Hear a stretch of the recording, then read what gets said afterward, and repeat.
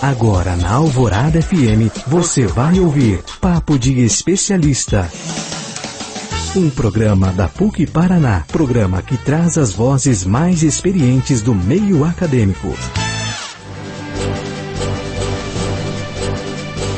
Olá, bom dia, seja bem-vindo, seja bem-vinda ao Papo de Especialista. Aqui, todos os sábados, a gente aborda assuntos relevantes em profundidade, mas com uma linguagem leve. O Papo de Especialista é uma parceria entre a Rádio Alvorada, a emissora da família, e a PUC Paraná Campus Londrina. Hoje, 17 de agosto, enxaqueca é o tema da entrevista com a Aline Vitali. Ela é professora do curso de Medicina da PUC Paraná Campus Londrina. Antes da nossa conversa, fique por dentro de tudo que acontece aqui no Campus Londrina da Pontifícia Universidade Católica do Paraná. Papo de Especialista. Já pensou em ser um dos profissionais do futuro? Essa é a proposta da graduação digital da PUC Paraná. Essa modalidade digital está atenta às mudanças do perfil esperado pelo mercado e oferece experiências práticas durante toda a formação acadêmica.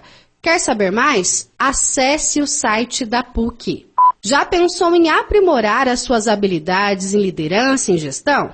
A PUC Paraná Campus Londrina está com as inscrições abertas para o MBA em Liderança e Gestão Estratégica de Negócios. A pós-graduação busca preparar especialistas para resoluções de problemas reais e complexos da prática profissional, além de gerar conhecimento em estratégia de negócios em ambientes digitais e tecnológicos. Não perca, é a sua chance de se tornar um líder com diferencial no mercado de trabalho. As inscrições já estão abertas e as aulas começam agora em agosto. Já parou para pensar no fluxo de dados na internet, no impacto da inteligência artificial na proteção deles? Esse é o foco da pós-graduação em inteligência artificial e proteção de dados pessoais no Direito da PUC Paraná Londrina. O curso é voltado para bacharéis em Direito, mas também é indicado para profissionais de outras áreas que buscam uma formação complementar nestes dois temas que estão cada vez mais interconectados. Quer saber mais? Acesse o site da PUC Paraná Londrina e faça a sua inscrição. As aulas são online e começam no dia 20 de setembro. Papo de Especialista. A enxaqueca é uma condição neurológica caracterizada por dores de cabeça intensas e pulsantes, geralmente acompanhadas de sintomas como náuseas, vômitos e sensibilidade à luz e também ao som. Ela pode durar de algumas horas a dias e frequentemente afeta a qualidade de vida dos pacientes. Os gatilhos para enxaquecas variam de estresse e alteração hormonal a certos alimentos e mudanças no padrão de sono. O tratamento pode incluir medicamentos específicos e mudanças no estilo de vida para reduzir a intensidade das crises. Identificar e evitar os gatilhos pessoais é crucial para o manejo eficaz da condição. Sobre os sintomas da enxaqueca, eu converso com a Aline Vitali. Ela é professora do curso de Medicina da Pontifícia Universidade Católica do Paraná, Campus Londrina. Bom dia, professora. Seja bem-vinda. Bom dia, obrigada pelo convite, pela oportunidade de falar de uma doença tão importante que afeta tantas pessoas. Professora, o prazer é nosso em recebê-la novamente para conversar sobre enxaqueca, também sobre qualidade de vida, né, professora, que a gente vai passar por esses assuntos ao longo do Papo de Especialista deste sábado. Professora, o que é a enxaqueca e como ela se diferencia de uma dor de cabeça que eu vou classificar como comum? Depois a senhora me diz se essa norma existe, né? Se essa nomenclatura está certa. E a enxaqueca geralmente tem outros sintomas associados? A enxaqueca, ela é uma doença que causa dor de cabeça como o principal sintoma. Dor de cabeça comum, normal, ela não existe. Na verdade, dor de cabeça sempre é causada por uma doença. É muito comum que seja cefaleia do tipo tensão, que é aquela dor leve dos dois lados da cabeça, que acontece no fim do dia quando a gente está cansado. Então, também é uma doença, é a cefaleia do tipo tensão. E a enxaqueca é a principal doença que vai causar as dores de cabeça forte nas pessoas. E aí ela tem outros sintomas associados que podem ser bastante incapacitantes. Então, a náusea, o vômito, a claridade incomodando, que é a fotofobia, o barulho incomodando, que é a fonofobia. Isso que a gente está falando de sintomas que são só durante a dor. Ainda tem sintomas que acontecem antes e depois da dor que a gente vai ter oportunidade de conversar. A senhora comentou que a cefaleia tipo tensão é uma dor dos dois lados da cabeça. Quando eu estou em uma crise de enxaqueca ou quando eu estou naquele momento que a dor está começando, que eu já tenho aquele alerta, vai doer e vai doer forte. Onde que eu sinto esse incômodo? A dor de cabeça da enxaqueca, tipicamente, ela é unilateral, de um lado só da cabeça, e ela muda de lado de acordo com a crise. Mas existem pacientes que têm dor de cabeça bilateral, sim, aí a gente vai ter outros sintomas da dor que ajudam a diferenciar. A senhora comentou que náusea, fotofobia, fonofobia são sintomas que eu tenho durante a crise de enxaqueca, quando eu estou com essa dor de cabeça mais forte e pulsante. Quem já teve enxaqueca, uma crise, sabe como essa dor de fato é intensa. Mas a senhora comentou sobre sintomas anteriores e posteriores. Quais seriam? Antes da dor, até 2 dias a 3 dias antes da dor, o cérebro de quem tem enxaqueca já está alterado. E a pessoa vai ter sintomas que a gente chama de vegetativos, que são sintomas inespecíficos, mas que já podem atrapalhar o dia a dia da pessoa. Então, aumento ou diminuição do apetite, e aí vem muito da confusão com os gatilhos alimentares. Então, as pessoas culpam alimentos, ela culpa o chocolate, mas na verdade ela comeu muito chocolate, porque já começou a crise de enxaqueca dela e ela teve essa vontade, esse aumento do apetite, especialmente para doce. Pode alterar o humor, ficar mais irritado, mais ansioso, pode alterar o padrão de sono, e aí bocejo é muito comum, é um sintoma premonitório muito comum. Alguns pacientes sentem muita sede e aumenta a frequência urinária também, cansaço, fadiga, tudo isso pode acontecer alguns dias antes da dor. Tem pacientes que quase não percebem, mas tem pacientes que percebem isso muito claramente. E quando você conhece e sabe que isso acontece, geralmente começa a perceber que você está diferente alguns dias já antes da dor da enxaqueca. Professora, existem fatores de risco para desenvolver enxaqueca e ela é uma doença genética? Ela tem uma predisposição genética, sim, ela é determinada geneticamente, mas não é só a genética, os fatores ambientais vão influenciar também, o estilo de vida, enfim, eles vão influenciar. Se a gente for ver numa mesma família, tem várias pessoas com enxaqueca também. Professora, e eu posso indicar grupos de risco com mais chance de ter enxaqueca ou não? Mais comum nas mulheres jovens. Mas por que, professora, a mulher jovem tem mais enxaqueca? As mulheres, elas têm mais condições dolorosas, né? Isso acontece mesmo em diversas doenças. E existe um fator hormonal também. A enxaqueca, ela, nas crianças, ela é muito parecida entre o sexo masculino e o sexo feminino. E depois da puberdade é que diferencia muito. E aí as mulheres passam a ter muito mais dor que os homens. E aí na menopausa as mulheres costumam melhorar também. Então existe esse fator hormonal aí atuando na enxaqueca. Professora, então vou fazer um desabafo, já que a senhora comentou que mulheres jovens são mais suscetíveis à enxaqueca. E eu vou me considerar uma mulher jovem para entrar nessa questão. Eu fui num neurologista há algum tempo, recebi o diagnóstico de enxaqueca e eu tenho esse sintoma de bocejo e excesso de sono, mas a minha enxaqueca, ela está diretamente relacionada ao meu ciclo menstrual. Tanto que antes de engravidar do Vicente, eu tinha muito medo de quando eu fosse engravidar, de ter as crises e dor de cabeça muito forte e tal. E aí, quando eu engravidei, eu passei as 39 semanas e um dia sem dor de cabeça. E aí o obstetra me falou, Renata, porque a sua enxaqueca tem essa relação com o ciclo menstrual. Isso pode acontecer? Sim, com certeza. 70% das mulheres que têm enxaqueca pioram no período menstrual. Então, isso é muito comum. Algumas mulheres podem ter enxaqueca exclusivamente no período menstrual, mas é menos comum. O mais comum é ter enxaqueca e ela piorar ou ter mais crises ou crises mais fortes no período menstrual. E isso da gestação acontece mesmo. Essa melhora na gestação, ela é esperada e a imensa maioria das mulheres melhoram na gestação. Então, eu sempre incentivo minhas pacientes que querem engravidar que façam isso sem medo, porque realmente na gestação costuma melhorar muito, é raro ter piora. Você está ouvindo Papo de Especialista.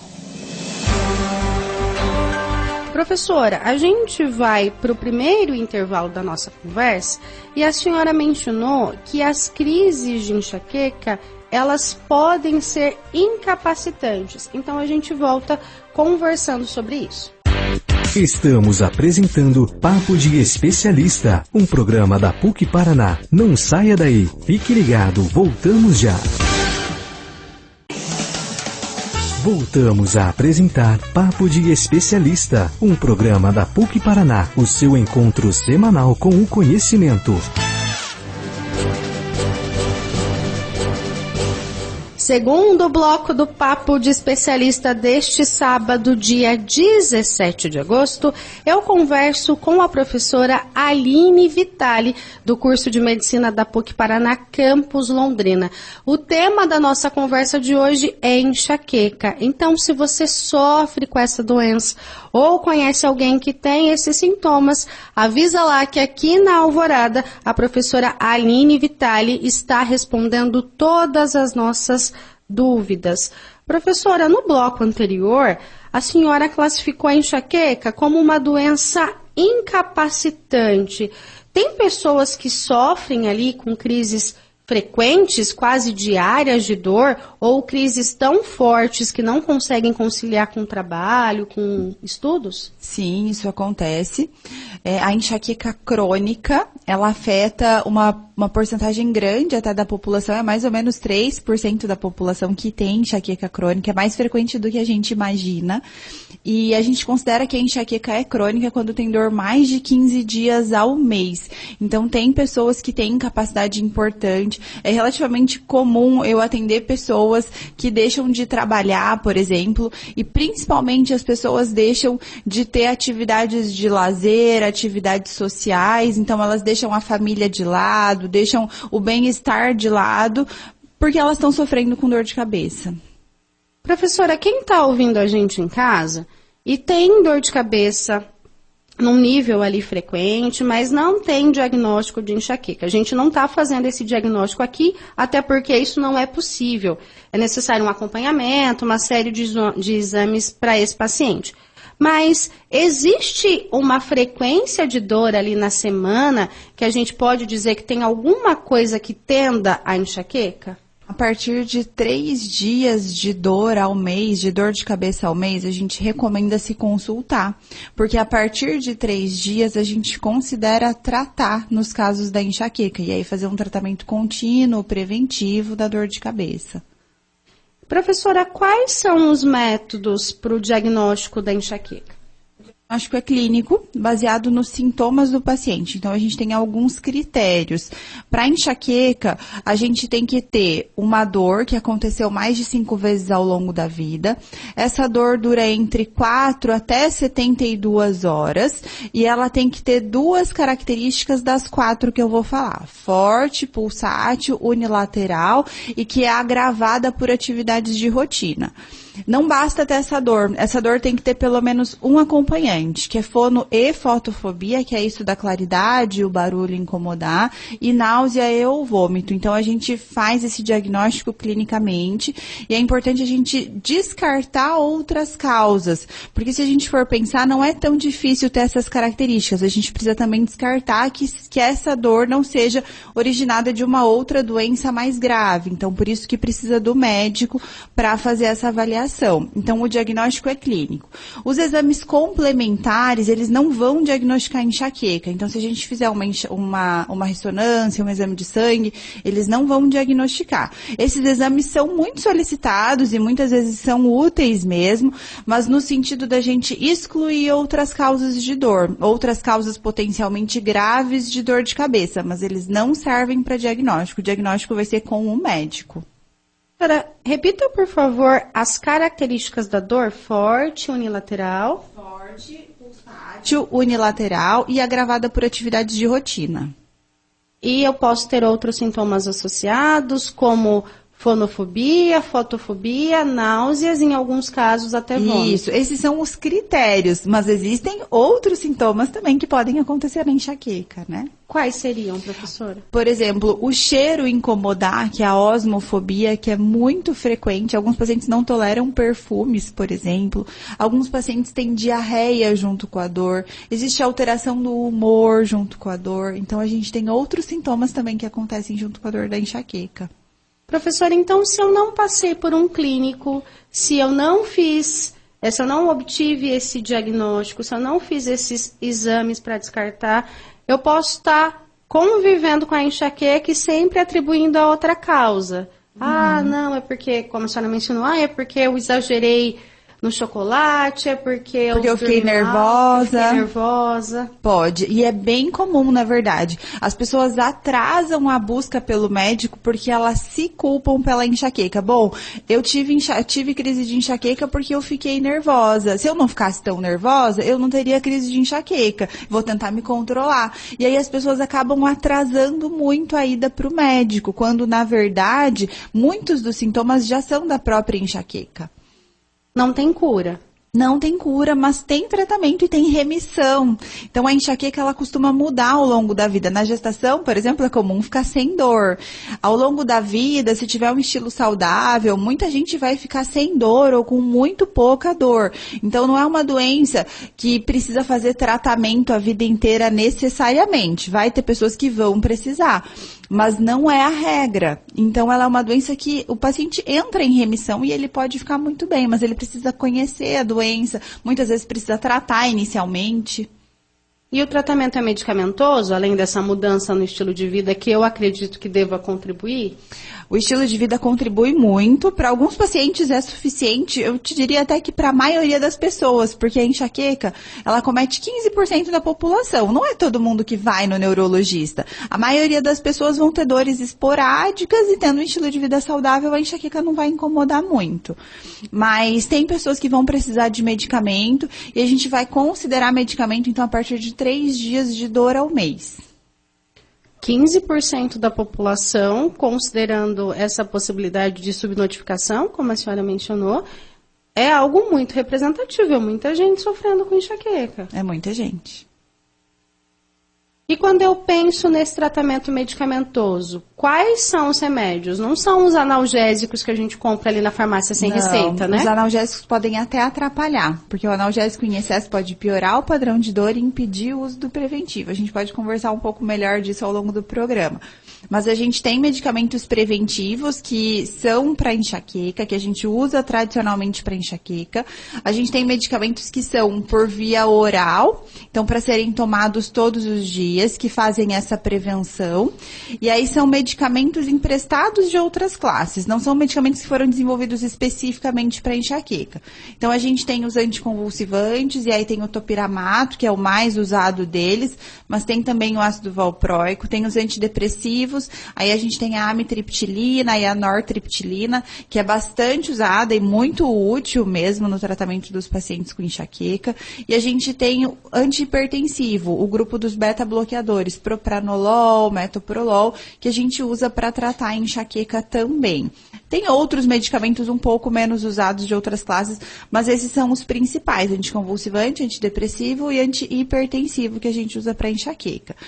Além desses convencionais que são usados por via oral, hoje em dia a gente tem medicamentos que foram desenvolvidos especificamente para enxaqueca. Então, são medicamentos que atuam especificamente na enxaqueca, numa molécula que se chama CGRP, que é responsável pela dor da enxaqueca.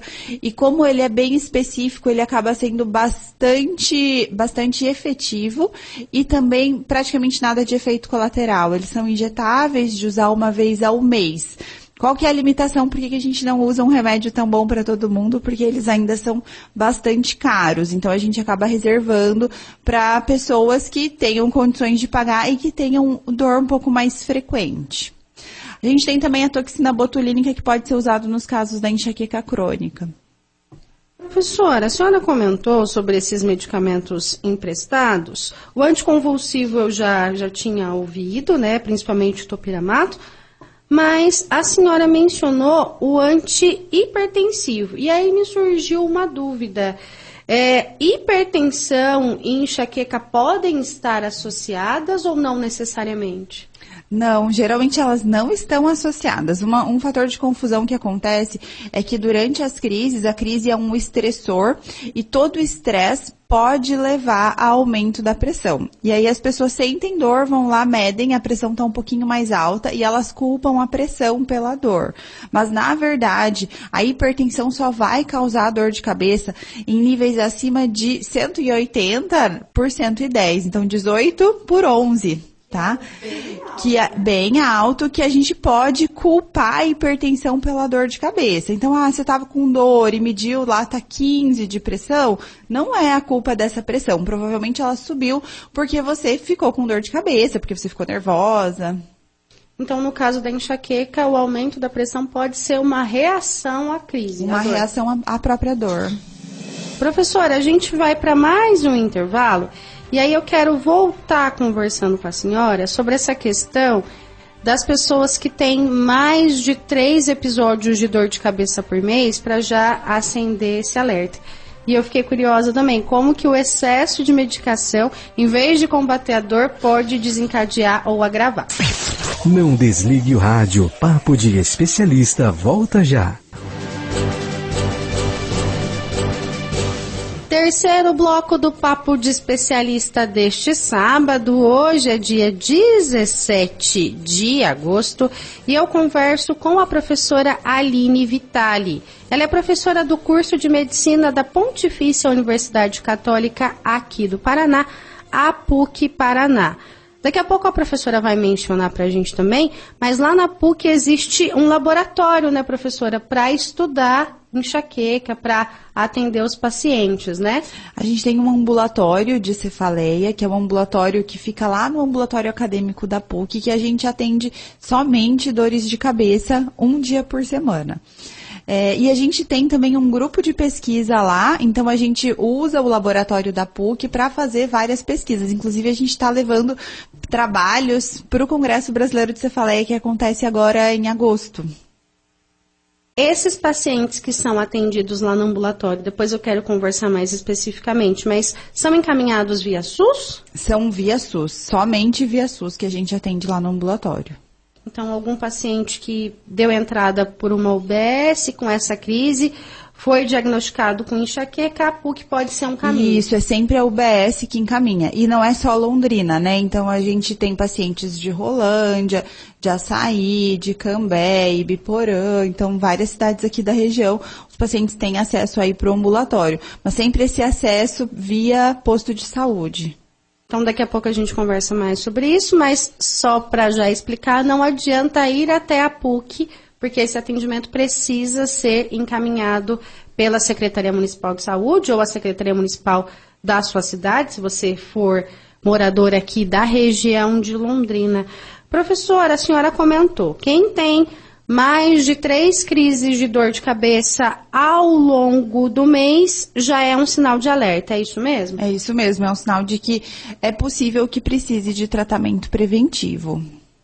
E aí, professora, quando a gente está com dor, mais comum é a gente tomar um remedinho. E um remédio para dor de cabeça, a gente consegue comprar mais facilmente na farmácia. As pessoas, às vezes, até têm na bolsa, né? Chego na rádio e falo, Romário, eu tô com dor de cabeça. Vou lá, vejo se o Romário tem um remédio, o Romário me cede aquele remédio, ou o contrário. Se eu tenho enxaqueca e ainda não recebi esse diagnóstico, ficar tomando esses remédios de maneira recorrente pode atrapalhar? Sim, analgésico em excesso pode piorar o padrão de dor e impedir o efeito do tratamento preventivo. Ele vai, na verdade, diminuir o limiar de dor, vai fazer com que você sinta a dor com muito mais facilidade. E se você está usando um preventivo, ele pode atrapalhar a eficácia e algumas vezes esse preventivo não vai funcionar se você estiver fazendo uso excessivo de analgésico. E o que é o uso excessivo de analgésico, então? É quando se usa mais de 10 dias ao mês de analgésicos combinados, como por exemplo esses que tem relaxante muscular junto, analgésicos do tipo opioide, morfina, tramadol, codeína, analgésico triptano, né, que a gente tem que são os comuns, sumatriptano, naratriptano, que são muito usados por quem tem enxaqueca, e esses que são para enxaqueca que a gente encontra, que são baratos até na farmácia, que tem a dihidroergotamina. Então, esses 10 dias ao mês já é considerado uso excessivo. Dos outros analgésicos, os analgésicos simples, então, paracetamol e dipirona, ou anti-inflamatório, a gente considera 15 dias ao mês de uso excessivo de analgésico. Então, muitas pessoas devem ouvir e se identificar, porque não é uma frequência tão alta e é muito comum a gente ver as pessoas usando essa quantidade de analgésico. O anti-inflamatório também pode ser indicado para o tratamento da enxaqueca? Ele pode ser indicado para crise, mas ele usado em excesso também vai prejudicar, né? Vai piorar o padrão de dor, também vai fazer esse uso excessivo. Então, se esse paciente acabou de ser diagnosticado com enxaqueca, vai ser um processo de deixar esses analgésicos de lado, começar esse tratamento preventivo e aí, se dentro do tratamento preventivo ele tiver dor, ele usa uma outra medicação, é mais ou menos isso? Eu não diria deixar os analgésicos de lado, porque eles são aliados, mas a gente tem que saber usar eles. Então, se o paciente ele tem uma enxaqueca crônica e ele está usando analgésico em excesso, a gente vai ter que interromper. E aí, quando ele tiver dor muito frequente, usar um analgésico bom, potente, para aquela crise dele. Porque é muito comum também que as pessoas façam uso excessivo de analgésico e usem analgésicos que não são muito eficazes para a crise de enxaqueca. Por exemplo, um paracetamol é muito comum que ele não funcione sozinho para quem tem crise de enxaqueca. E a pessoa continua tomando todos os dias. Então, na verdade, a gente tem que usar os analgésicos como nossos aliados. Não usar em excesso, usar o analgésico adequado, com a potência adequada que você precisa para a sua crise. E sempre no máximo 9 dias ao mês. Professora, quais são os fatores ambientais que podem influenciar na enxaqueca?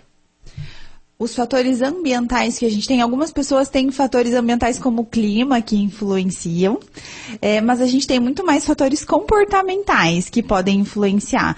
Então, por exemplo, dormir bem, fazer atividade física, controlar o estresse, vão ser fatores que podem influenciar muito na enxaqueca, no controle da enxaqueca. Uma vez eu fui ao médico e aí eu comentei com ele que eu tinha esse diagnóstico de enxaqueca e eu disse para ele também que eu tinha crises de sinusite. E ele pegou e falou assim, Renata, talvez você não tenha sinusite, talvez seja um dos sintomas da enxaqueca que se assemelham à sinusite. Aí eu saí de lá sem entender nada, mas tudo bem. Pode ser isso, doutora? Essa confusão é muito, muito, muito comum. E é muito comum que os pacientes digam que eles têm sinusite crônica e, na verdade, têm enxaqueca. Então, sinusite crônica não é um diagnóstico comum, ao contrário do que as pessoas pensam. A sinusite crônica muitas vezes vai ser de origem fúngica em pessoas que têm alguma predisposição a ter mesmo uma situação um pouco mais grave. E a sinusite crônica não vai ser tão tão comum. Já a enxaqueca crônica é mais comum do que a sinusite crônica. E assim, como que a gente vai diferenciar? Não é difícil para o médico que está atento para isso. Vai ter situações desafiadoras? Tem, mas a maioria dos casos não são difíceis. Então, uma crise de enxaqueca, ela vai durar entre 4 e 72 horas. Então, ela dura até 3 dias e ela vai passar com 3 dias. Uma sinusite, não. O mínimo de tempo que ela vai durar vai ser 3 dias, vai durar uma semana, muitas vezes. E é importante ressaltar que o principal sintoma da sinusite não é dor de cabeça. O principal sintoma da sinusite é sintoma respiratório. Então, é tosse, catarro, ter a secreção nasal, sensação de secreção no fundo da garganta. Esse que é o principal sintoma da sinusite. Já a enxaqueca vai ser o principal sintoma, dor de cabeça. E o que pode confundir, às vezes, na enxaqueca? Algumas pessoas têm sintomas respiratórios junto com a crise. Então, de entupir nariz e de escorrer nariz. Quando escorre o nariz, vai ser sempre uma coriza, vai ser uma secreção transparente. Como a clara de ovo. Exatamente. E ela vai passar em 3 dias. E uma sinusite não passa em 3 dias. Então, isso é relativamente simples da gente diferenciar no consultório. É uma questão de atenção mesmo, autoconhecimento. Isso. E essa propagação, que é muito mais leiga, de que a sinusite é uma causa importante de cefaleia, está errada, porque a sinusite é uma causa de sintoma respiratório, que pode ou não vir com dor de cabeça. E aí, no caso, se a pessoa estiver com uma crise de enxaqueca, achar que é sinusite, as medicações para sinusite não vão surtir o efeito esperado para enxaqueca. Ela vai tomar um antibiótico desnecessário algumas vezes, que vai causar efeitos colaterais, e elas até podem melhorar um pouco com o tratamento, porque é muito comum que se coloque corticoide para tratar a sinusite. E aí elas melhoram por causa do corticoide, porque o corticoide melhora a enxaqueca também. Então, muitas vezes a confusão se perpetua. Achei confuso, professora. Achei bem confuso. A gente conversou sobre a questão desses sintomas anteriores, né? Por exemplo, uma vontade de comer mais ou de comer menos, ou uma vontade de exagerar no açúcar, no chocolate, de repente numa comida mais gordurosa. Mas existe a possibilidade da alimentação desencadear enxaqueca em algumas pessoas ou não? Isso é algo bastante controverso. Se a gente for conversar com as pessoas que têm enxaqueca, é muito difundido essa ideia de que os alimentos causem dor. Então, é muito, muito comum os pacientes falarem. Só que estudos com alimentação, eles são muito difíceis de serem feitos. Então, a gente tem na literatura médica muito poucos estudos de que os alimentos realmente causem comprovação. Então, quando a gente pega grandes revisões que revisaram muitos artigos, elas falam que não tem comprovação de que alimentos causem. Só que é muito recorrente realmente que os pacientes falem que os alimentos causaram.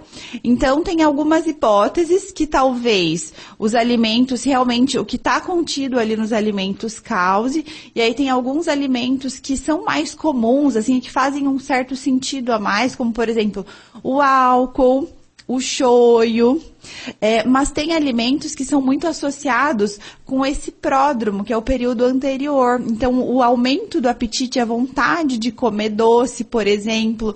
Então, os doces, talvez, na verdade, eles não causem a enxaqueca, mas, na verdade, a enxaqueca faz com que as pessoas comam mais doce. Outra questão também que acontece, que até é um dos trabalhos que vai ser publicado, que é do nosso grupo, que os pacientes que têm mais desconforto com cheiros, eles têm a osmofobia, eles também têm mais gatilho alimentar. Então, será que durante a alimentação o cheiro dos alimentos não faz com que as pessoas se incomodem mais e aí venha uma crise de enxaqueca? Então, a gente tem algumas hipóteses desse mecanismo, se isso realmente acontece. Mas uma coisa importante, o tratamento da enxaqueca não é retirar alimentos da dieta. Então, acho que isso que concluindo, assim, a gente não sabe bem o que acontece com os alimentos. Mas a gente sabe que retirar alimentos da dieta não trata a enxaqueca. E isso a gente já tem estudo. Então, glúten e lactose, que se fala muito sobre alimentos inflamatórios e tudo, a gente não tem comprovação científica de que isso vá tirar esses alimentos da dieta, vá resolver a enxaqueca. E isso muitas vezes atrapalha e atrasa o tratamento preventivo, porque entra lá naquela culpa. Então, a pessoa pensa, eu tenho dor de cabeça porque eu tô comendo errado. Então, se eu comesse certo, eu não teria dor. Então, eu não preciso do médico. E acaba atrasando muito o tratamento correto. Professora, a gente vai para mais um intervalo e aí eu quero voltar conversando com a senhora sobre estresse. Porque estresse está associado, né, à dor de cabeça, não sei se é enxaqueca, daqui a pouco a senhora me conta, mas esse vai ser o tema do próximo bloco. Você está ouvindo Papo de Especialista.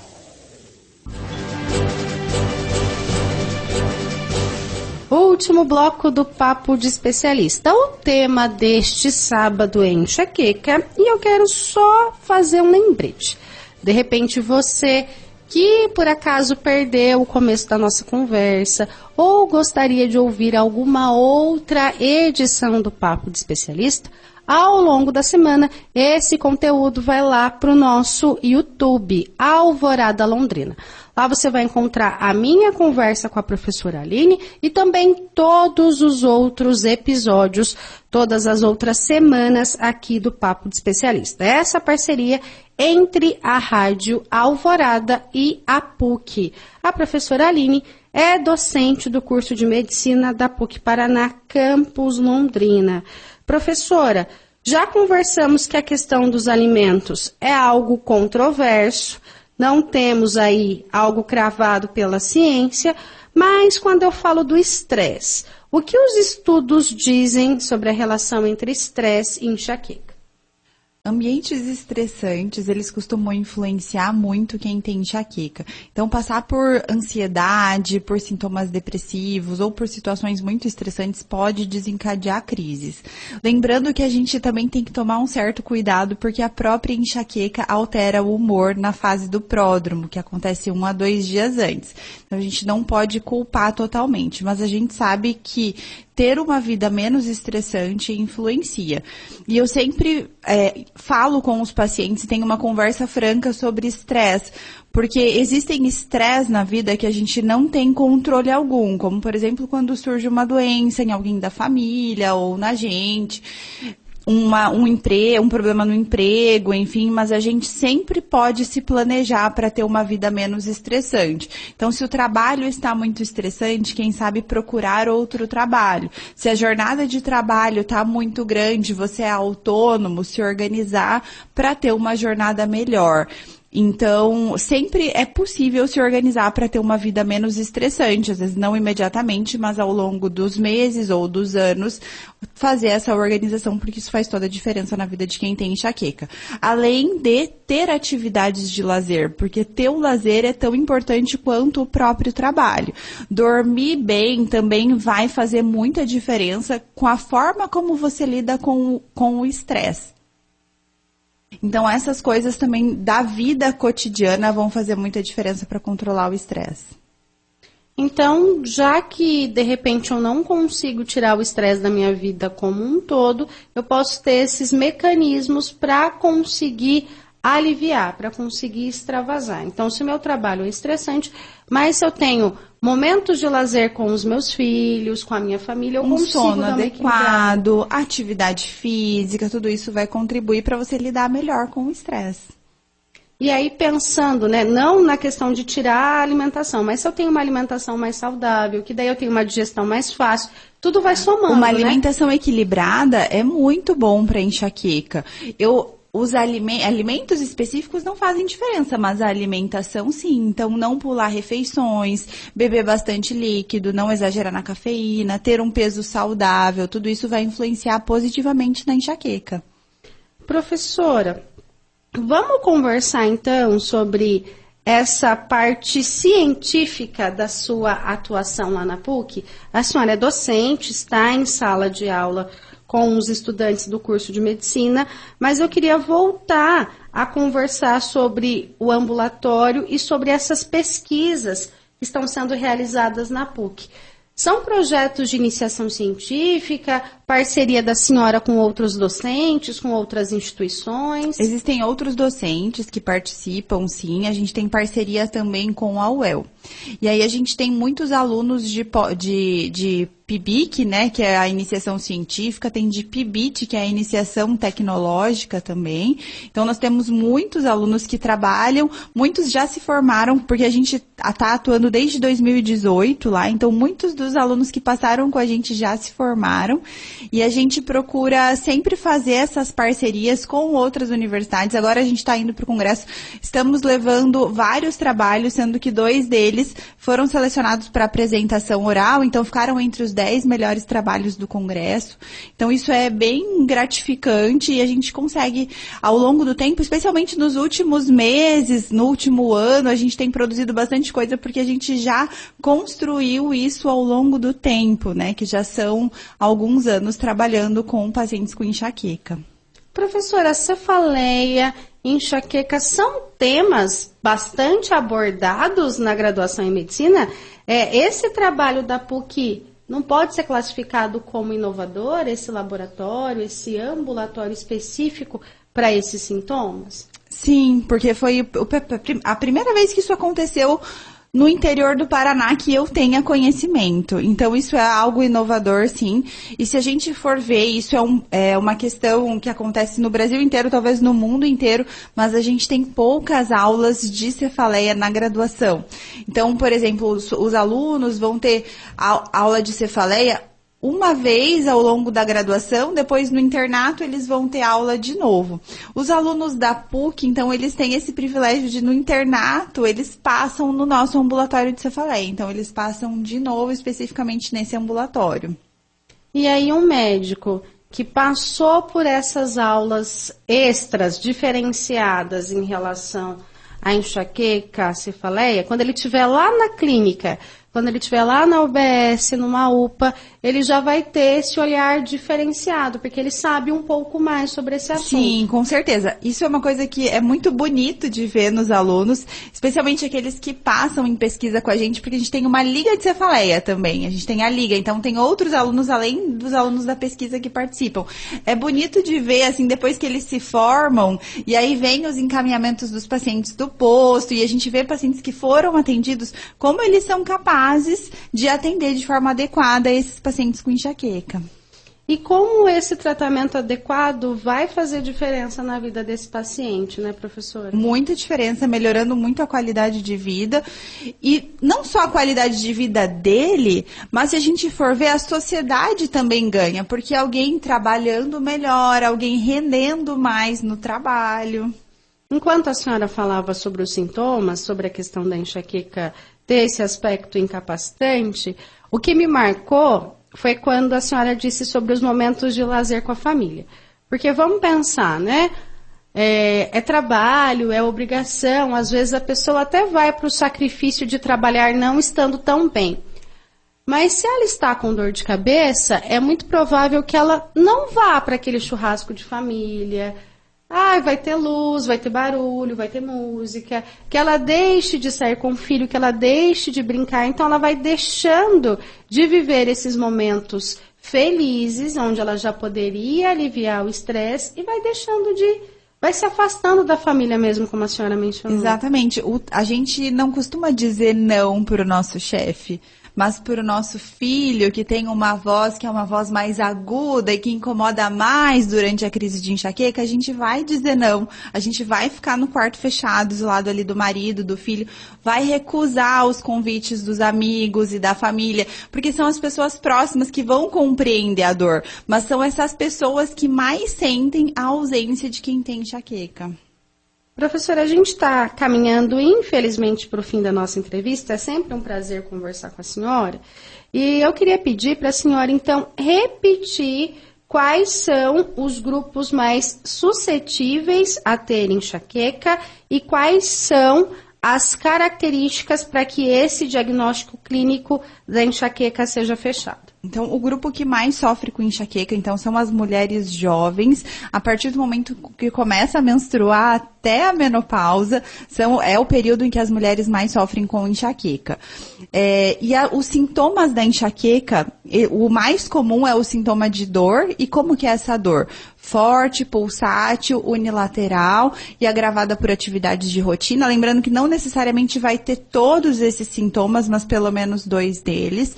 E essa dor é acompanhada de fonofobia e fotofobia, que é o barulho incomodar e a claridade incomodar, e náusea ou vômito associado. Não tem cura, mas tem tratamento e tem possibilidade de remissão. Exatamente. Professora, eu gostaria de agradecer mais uma vez pela presença da senhora aqui na Rádio Alvorada, dessa vez no Papo de Especialista, e agora deixar um espaço aberto para uma espécie de conclusão, algo que eu não tenha perguntado e que a senhora considere relevante destacar nesse momento. Acho que é importante destacar um assunto que não deu tempo da gente conversar, é sobre a questão da aura, que é um sintoma que pode acontecer em alguns pacientes antes da dor. Geralmente ela é visual e o paciente vai enxergar brilhos na vista antes da dor. A aura é importante porque ela é um fator de risco cardiovascular. Então, pessoas que têm enxaqueca com aura precisam cuidar dos fatores de risco cardiovasculares que são modificáveis, como, por exemplo, fazer atividade física, cuidar do diabetes, colesterol, controlar o peso. Então, é importante que esses pacientes façam isso. Professora, muito obrigada. Parabéns pelo trabalho, parabéns pelo laboratório, pelo ambulatório. Um ótimo final de semana para a senhora e até uma próxima entrevista. Muito obrigada. Você está ouvindo Papo de Especialista. Eu agradeço também a você que esteve com a gente nesse finalzinho de manhã de sábado. Te desejo um excelente final de semana. O Papo de Especialista é produzido pelo Departamento de Jornalismo aqui da Rádio Alvorada, em parceria com a Assessoria de Comunicação da PUC Paraná. A apresentação comigo, Renata de Paula, trabalhos técnicos, Edgar Vieira, o Romário e o Everton Gasparini. Na semana que vem, eu volto com mais um Papo de Especialista. Continue sintonizada em 106.3 FM. Fique agora com o Padre Ademar Lorenzetti, na Raça e na Graça. Este foi o Papo de Especialista, um programa realizado pela PUC Paraná. Papo de Especialista.